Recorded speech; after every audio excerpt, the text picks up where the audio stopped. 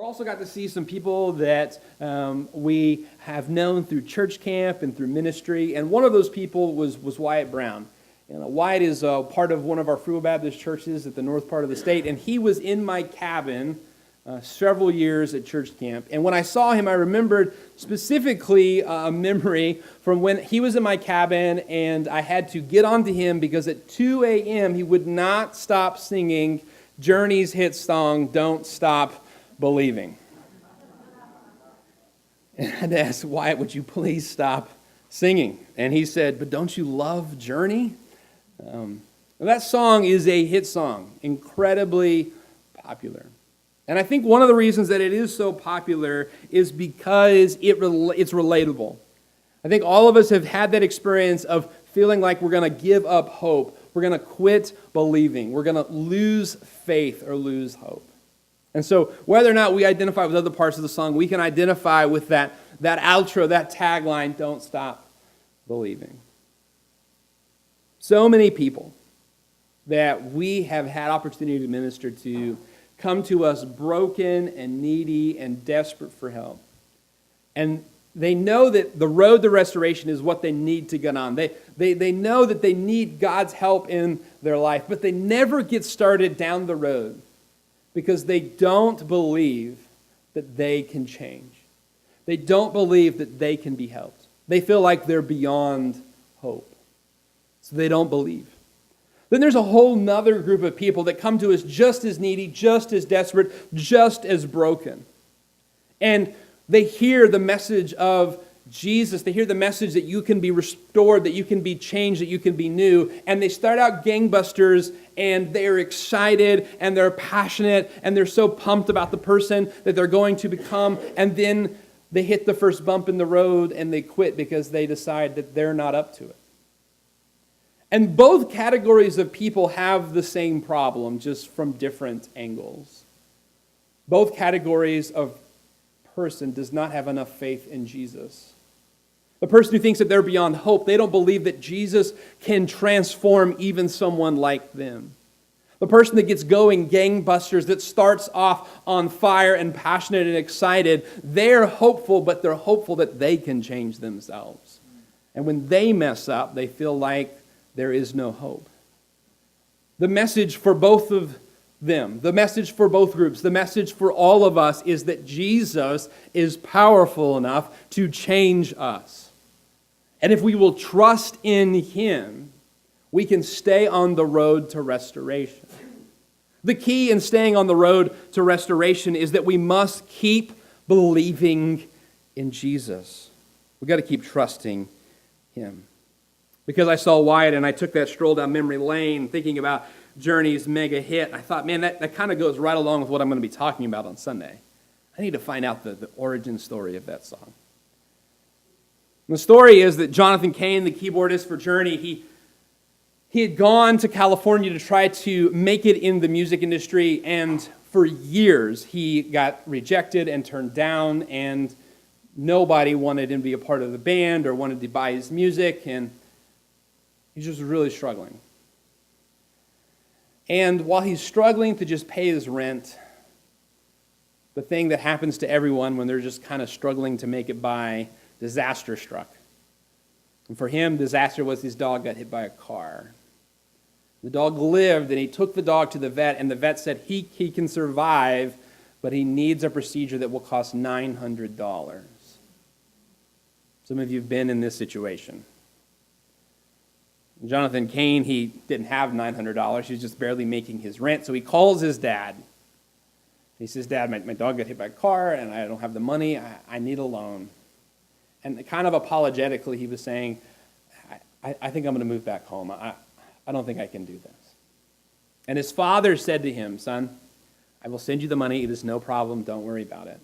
You need to stay in California. Don't stop believing. Jonathan Cain had a notebook that he carried around with him everywhere because he was constantly trying to write songs. And so he wrote down that phrase, "Don't stop believing," in the notebook. Years passed. And he gets invited to join this band. It's becomes a part of Journey. They're putting together this album. They have put down 17 tracks, and the label wants one more song. And they're like, we have written all of our songs. So you need to go home, write another one. We need one more song. So Jonathan Cain goes home. He flips through his notebook, and he comes across where he had scribbled out that day, talking to his dad about that vet bill, "Don't stop believing." And he wrote what he thought would be the chorus, but eventually became the tagline for this hit song. "Don't Stop Believing" by Journey is actually the top paid-for digital song that was recorded before music was digital.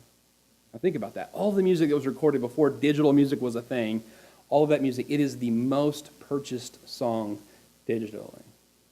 It's the song that even today, decades later, is still being sung by 14-year-olds in a church camp cabin at 2 a.m. And I think it's because people relate to it. Because this world kind of beats the hope and faith out of us.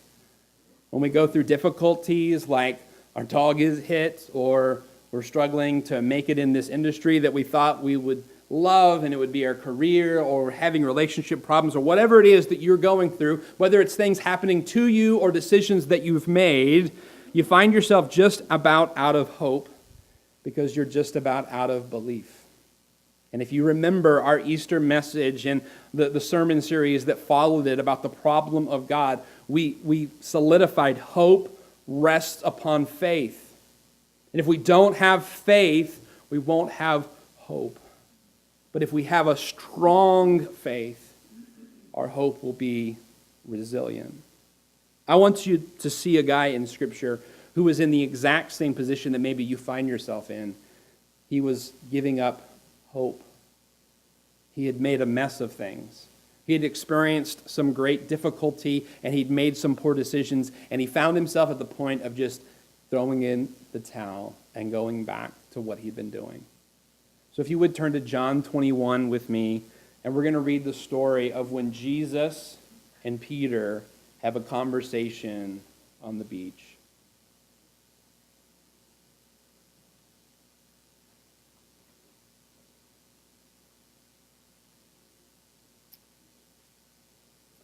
John 21 and verse 1 says this: "After these things, Jesus showed himself again to the disciples at the Sea of Tiberias. And on this wise showed he himself. There were together Simon Peter, and Thomas called Didymus, and Nathanael of Cana in Galilee, and the sons of Zebedee, and 2 other of his disciples. And Simon Peter saith unto them, I go a-fishing. And they say unto him, We also go with thee. They went forth and entered a ship immediately. That night they caught nothing." Now, when Peter says, I'm going a-fishing, it's not like you telling your buddy after service today, hey, I'm going to go fishing this afternoon. Peter is saying to the other disciples, I'm going back to the profession I had before I started following Jesus. I'm going back. And it's not just I'm going fishing for a night. I'm going fishing. We think that Peter is kind of struggling with this decision because just a few chapters before we read that Jesus is having his final meal with the disciples before he is arrested, tried, and crucified. And he says, you guys are going to deny that you even know me. And Peter says, not me, Lord. I would never deny you, even if I'm the last guy standing. And Jesus says, Peter, before the night's over, you'll deny me. And Jesus is arrested, and he's taken into custody. And while Jesus is in custody, Peter's trying to keep his distance, but trying to follow him. And people say, hey, aren't you one of the disciples? And on 3 occasions, he says, I don't even know the guy. He denies that he even knows Jesus. And he's so torn up about it. The scripture tells us that right after he goes out, and it says he wept bitterly. He's broken over what he's done. And so this is the turmoil that we currently find Peter in. He has made a mistake. He's watched his close friend and leader and mentor be arrested and tried corruptly and killed. He's experienced some bad things. He's made some bad choices. He's not really sure what to do with himself at this point. He says, I'm just going to go fishing. That's what I know. I'm going to go back to what I know. And so many people, when they experience hardship, difficulty, tragedy, make poor choices, they just go back to what they know, and what they know isn't good. Now, there's nothing wrong with fishing. Nothing wrong with Peter going back to fishing.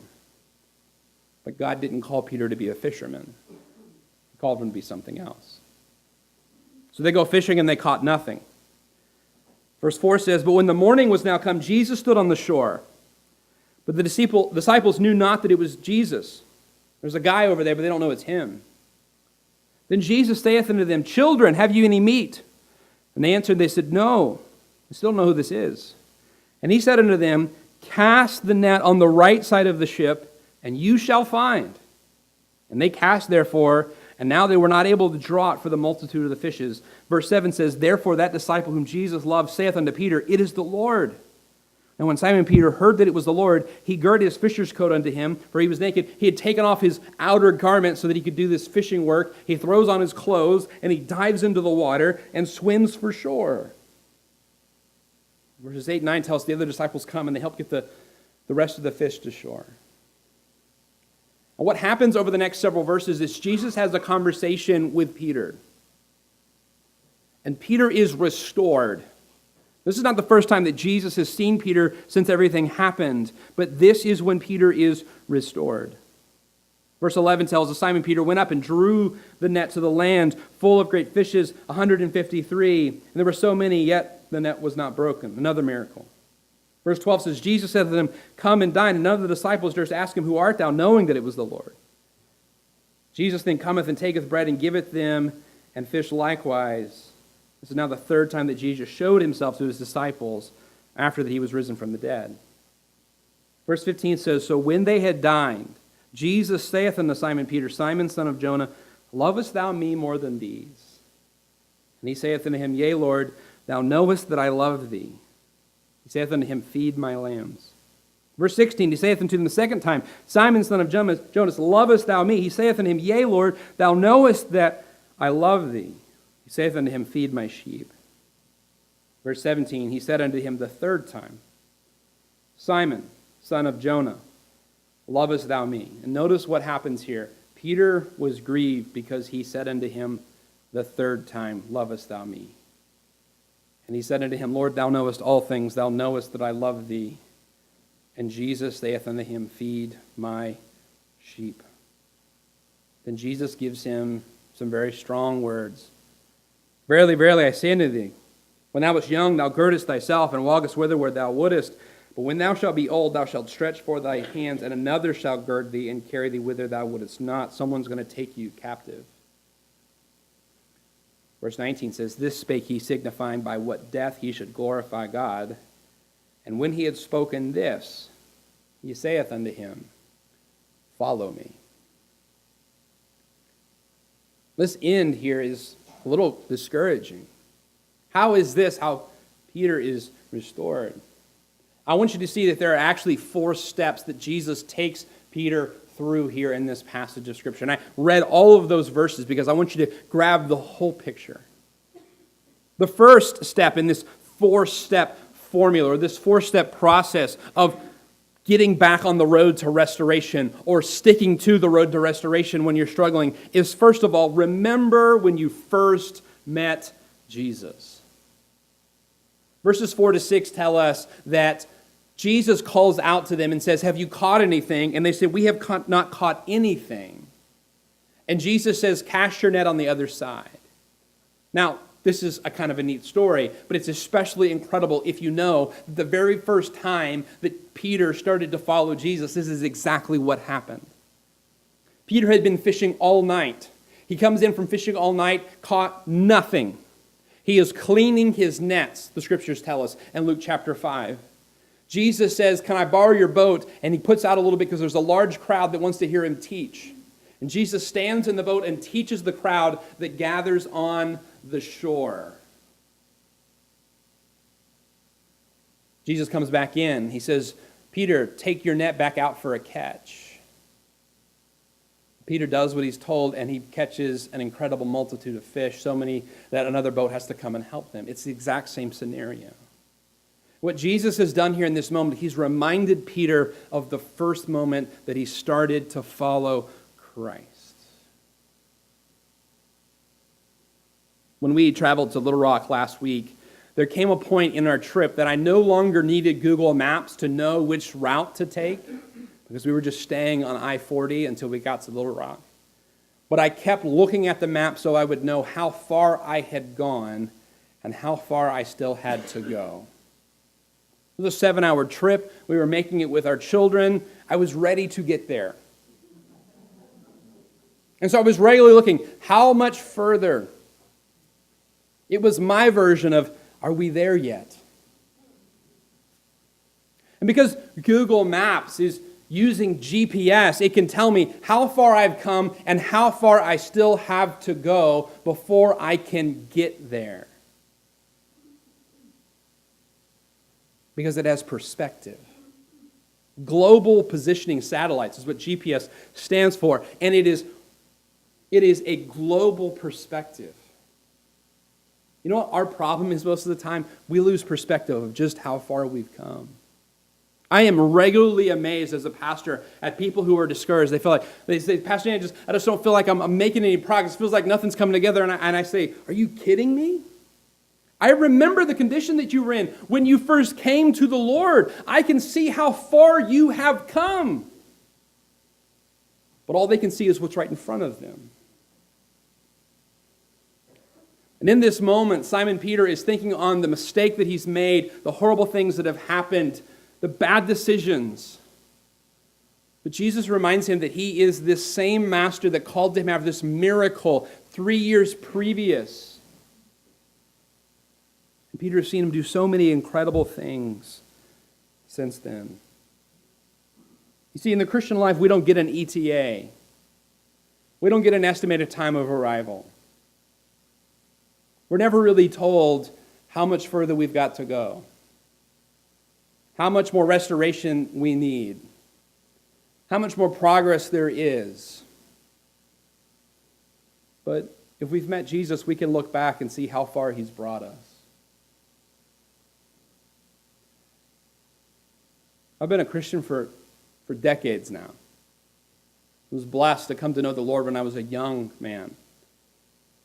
And to be able to look back at how far he's brought me over the last 20 years is a blessing. And when I get discouraged at how impatient I am, I get discouraged at how selfish I can be, I get discouraged at how much there's so much work yet to be done in me.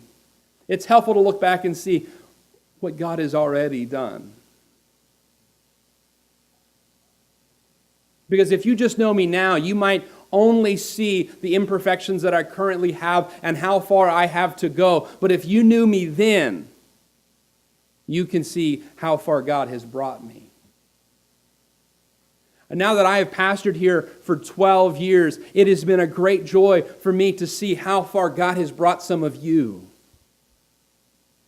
And also a great tragedy to see how many are still exactly where you once were.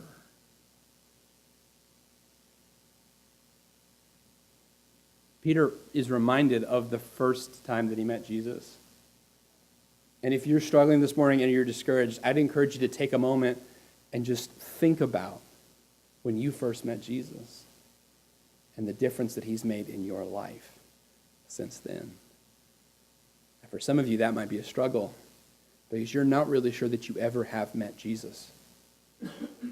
There's never been a moment in time where you came to put your faith and trust in him, where you turned around from your life of sin to follow him. And today can be that memory. Today can be that moment that you meet him, that you turn from your sin to follow Christ. And a year from now, you can look back on it and see all the work that he has done. The first step is to remember when you first met Jesus. The second step is to work through your hang-ups in community. What is it that Jesus says to his disciples when they get to the shore? He says, come, eat some breakfast. Now, Jesus has told them where to fish, but when they get there, Jesus already has fish and bread. Where did he get it from? Well, this is the guy that fed 5,000 families with just a couple of pieces of bread and a couple of fishes. Wherever he got it from, it doesn't matter. What is interesting to me is that he says, come, have some breakfast. Let's sit down. Let's spend some time together.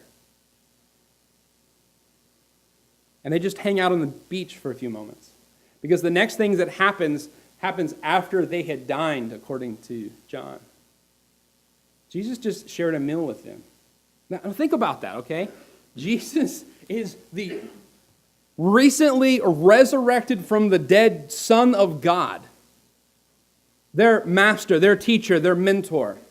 He has just a few more opportunities to be with them before he ascends into heaven. And he decides to use these moments to hang out, chill with the disciples. He's in community with them, spending time with them. And then he doesn't launch into a sermon. He doesn't launch into a discourse. He doesn't launch into a lesson. He starts asking questions. And he asks Peter specifically, Peter, do you love me? And he asks him 3 times on purpose because Peter denied Christ 3 times. Peter is struggling with this. He has made a mess of things. And Jesus is about to work him through this in this community of his friends. There are things that we desperately need to say and to teach and to transmit via preaching of God's word and the singing of God's songs. And we do that every Sunday morning. But there are things that best happen not in rows but in circles. Whether it's around a campfire or a cup of coffee or a small group in a classroom around discipleship books or Sunday school lessons. One of the values here at Faith Church is that the disciples are handmade. And Jesus has these guys who are going to change the world, and he just wants to spend time with them and ask questions of them. His final moments, instead of giving them 7 points that they need to remember or 7 sermons that they need to be sure and preach one day, he just sits down and he has a conversation with them. And some of you are struggling to make progress in your Christian walk, and you find yourself discouraged that you're not making any progress down the road to restoration. And that's because the next step for you isn't going to happen just in the service. It's going to happen in Christian community. It's going to happen with you having someone who can walk alongside of you, encourage you. The disciples needed that. If they did, so do I. And so do you.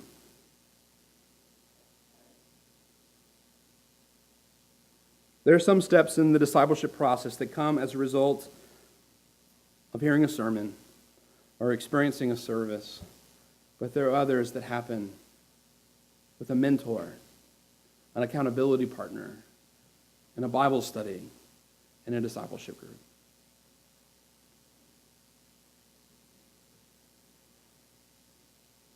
Remember when you first met Jesus. Work out your hang-ups in community. And third, affirm your love for Jesus. The question that Jesus kept asking Peter was, do you love me? And Peter kept saying, yes, Lord. You know that I love you. Jesus would then tell Peter, the road ahead is very hard. You're going to be taken captive. He told him the death that he was going to die. Jesus doesn't sugarcoat it. And so Jesus is talking to a guy who just denied that he even knew Jesus because he was afraid. And Jesus tells him, listen, the things ahead are even worse. But Peter continues on because Peter loves Jesus. And there comes a point when the road to restoration becomes less about us being restored and more about us just being with Jesus. Peter, do you love me? Yes, Lord, you know that I love you. Are you struggling this morning? Are you struggling to stay on the journey? Are you struggling to take that next step? Ask yourself, do you love Jesus? If you love Jesus, no matter how difficult the road is, you can stay on the path because Jesus is there. Jesus is that traveling companion that it doesn't matter where you're going as long as you're going together. As long as you're on the journey together. Now, there are some people in your life that it doesn't matter where you're going. The trip's going to be awful because they're on the trip. Right? Doesn't matter how well your company does. It's not going to be enjoyable because of that coworker. Doesn't matter how great the vacation is, it's not going to be enjoyable because of who you're vacationing with. Jesus is the opposite of that. Doesn't matter how hard the road is. If you're traveling with Jesus, if you're walking with Him, affirm your love for Him. On Tuesday night at the National, we had some just incredible speakers. I hope that some of you caught the online streaming of the services this past week at the National meeting. But on Tuesday night, we heard from Mike Cousineau. Some of you might remember his name from years gone by. He was one of our missionaries in the Ivory Coast and the bush of Africa for years. And he spoke on Tuesday night, and he shared story after story of times that his life was in danger. He had 2 horrific motorcycle accidents. The reason he's on motorcycles in Africa in the bush is because it was the only way that he could get to these villages where these people were to share the gospel with them. One of the times that he had the worst accident, he crashed because a goat ran in front of him. No word on if the goat survived. He's going to these awful places. One of the journeys that he went on that was the scariest, he didn't have a motorcycle crash, but there was rumor of cannibals in the area. I mean, this is just scary, awful stuff. He's in the Ivory Coast when it falls into civil war and he's attacked and beaten up. You know what his common refrain was? He was there because of his love for Christ. And he went into situations that you and I cannot even begin to imagine. Why? Because he was traveling with Jesus. How is it that Jesus can tell Peter this awful thing that's going to happen to him one day, and he keeps walking because he's walking with Jesus? Affirm your love for Christ. And then fourth, answer the call that Jesus gives you. Every time Peter affirmed that he loved Jesus, Jesus said, "Feed my sheep, feed my lambs." There was a role that Peter had to play in the coming kingdom of the Lord. There was a job for him to do that would make a difference in countless lives. And I'll be honest with you, there are times that I am discouraged and I am tired and I am frustrated, but I am reminded of what God has done in my life. I work past my insecurities and my selfishness and my impatience through gospel preaching to myself and being in a group that holds me accountable, and also answering the call that God has given me. And knowing there is purpose in what we are doing.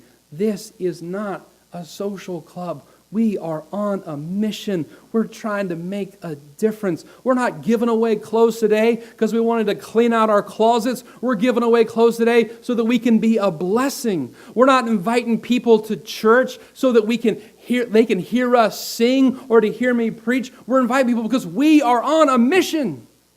And Peter stayed on the road because he answered the call that God gave him. There was a role for him to play. There was a thing for him to do. A mission for him to accomplish. And I believe this wholeheartedly, down to the very marrow of my bones, just as much as God had a mission for Peter, who would preach at Pentecost and thousands would be saved. God has a mission for you. And it might not be in front of a group of thousands of people. It may be in one of the classrooms back there that we can't even see right now, ministering to children, wiping the noses of toddlers so that their parents can hear the gospel and they can have these first memories of church that are positive and think about people who loved them and cared for them.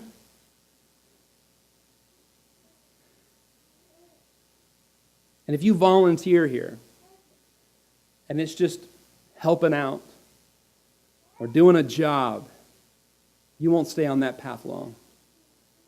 But if it's connected to the mission, we won't be able to get you to stop.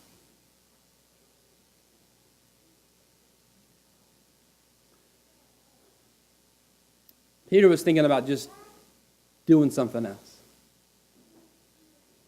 But after he remembered what Jesus had done in his life, after he worked past his hang-up in gospel community, after he answered the call that God had given him, nobody could stop Peter from preaching the gospel until they killed him. nothing was going to knock him off the path. And wherever you're at today, that's the process you need to follow to stay on the road to restoration. Remember what Christ has done for you. Work through that in gospel community. Affirm your love for Christ and answer the call that he has placed upon you. There's a difference that we